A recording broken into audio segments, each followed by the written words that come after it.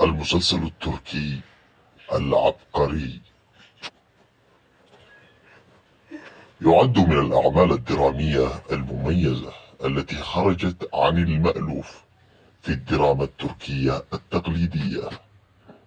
يقدم المسلسل رؤية فريدة حول الصراع النفسي والاجتماعي الذي يواجهه الأشخاص المميزون في ذكائهم، مع تسليط الضوء على تعقيد العلاقات الإنسانية والطموح.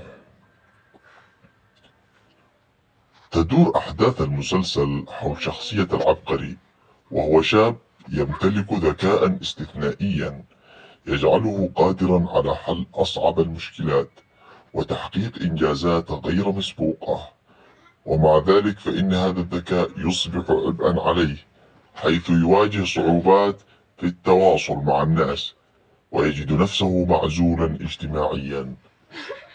تتصاعد الأحداث مع ظهور خصوم يحاولون استغلال قدراته وشخصيات أخرى تسعى لفهمه أو التنافس معه. تدور القصة في إطار من التشويق والغموض والدراما النفسية.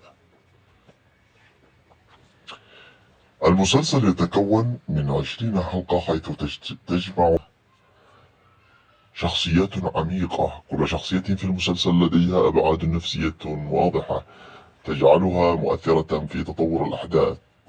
إخراج مبتكر، يعتمد المخرج على استخدام زوايا تصوير تعكس حالة الشخصيات النفسية، مع توظيف الألوان الداكنة لإبراز التوتر الدرامي.